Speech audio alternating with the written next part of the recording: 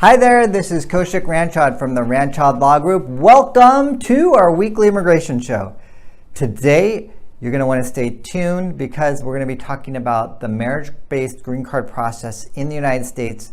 This is going to be a helpful guide for you during the process. My name is Kaushik Ranchod. I'm an immigration attorney representing clients throughout the 50 states.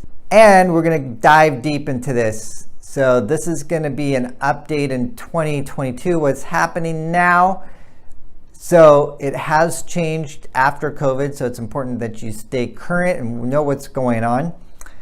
And if you haven't already, smash that like button and make sure you subscribe so you continue to get these updates. With the marriage-based green card, a lot of times you guys might think, well, I'm married, it's just not a problem. I want to make sure that you're well informed that that's not the case. You have to demonstrate that you have a real relationship, and it's not just a matter of you getting married. You have to provide the appropriate documentation to demonstrate that. You have to make sure the application is completed accurately so it doesn't get sent back when you file it, or worst case, get denied. So it's a lot of hoops that you have to jump through. And I hope this video is going to help serve you and make it a little bit easier for you. Let's talk about the types of forms that you need. Some of the top forms are the I-864, the Affidavit of Support, the I-130 petition, the I-45, I-131 if you're eligible to travel, work authorization. Those are some of the top documents for your application, actually the top forms, and let's talk about the top documents. Some of the top documents for your application are making sure you have a certified copy of your divorce decree, certified copy of your marriage certificate. And you might be wondering, well, why do I need the divorce? Well, the divorce demonstrates that you're no longer married.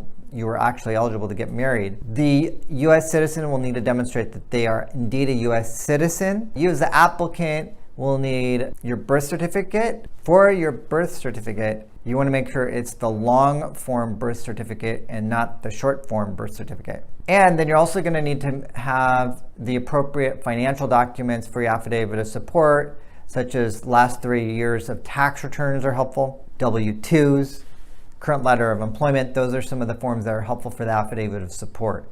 So all of this documentation, these are the top documents. It's not an all-inclusive list, but I wanted to make sure you knew the top documents for your application when filing. And these are extremely important because if they're not accurate, then you will not get your case approved. Now, I want to make sure you note that the process we're talking about here is the marriage-based green card in the United States. If you're in the United States, if you're residing abroad, that's a different process. That's called an immigrant visa. There's some serious issues that come up where I've seen denials, where we've had to clean up the mess when the application wasn't prepared correctly. And I want to make sure you're aware of these issues, that you know that these are serious and need to be addressed. One issue is if you have a prior criminal issue, you want to make sure you talk to an immigration attorney because this may not even be the appropriate application to file for, or you may need a waiver. If you entered without inspection, do not file for a marriage-based green card without talking to an immigration attorney. You probably will need a waiver, or you want to look at 245I, you want to look at a U visa, you want to look at parole in place to see if you're eligible for that, because one of the requirements for a marriage-based green card is that you have lawful admission to the United States. So that's why that's really important. The affidavit of support requirement is extremely important.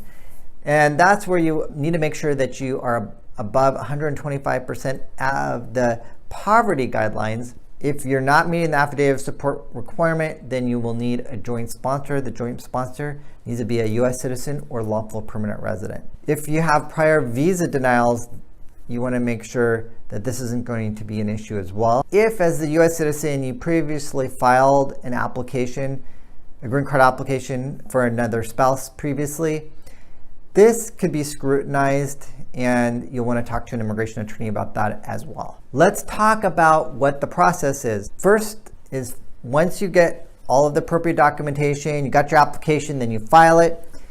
Then the next step is going to be biometrics, where you're going to have your fingerprints and you're going to have your picture taken. And then it's typically a waiting game until you have the interview scheduled. We usually see the interview scheduled a month before the actual interview. Now, the processing times at the time I'm taking this video is about 1 to 2 years, and you can file for your work authorization application with the application. So that's taking around 9 to 13 and a half months. These processing times have significantly gone up after COVID. We're hoping to see those times come down, but that's what it is right now. You will want to make sure that you're prepared for your interview, review your application before you go into the interview, and at the time of the interview, the officer is going to ask you detailed questions about your relationship. They're going to review the bona fides, which is basically the evidence of your relationship, and the affidavit of support documentation, updated documentation showing that you meet the affidavit of support requirements. This is the way that USCIS vets you to make sure that you have a real relationship. When you go in, you need to be prepared because they're assuming that you don't have a real relationship because you have the burden of proof to demonstrate that you do.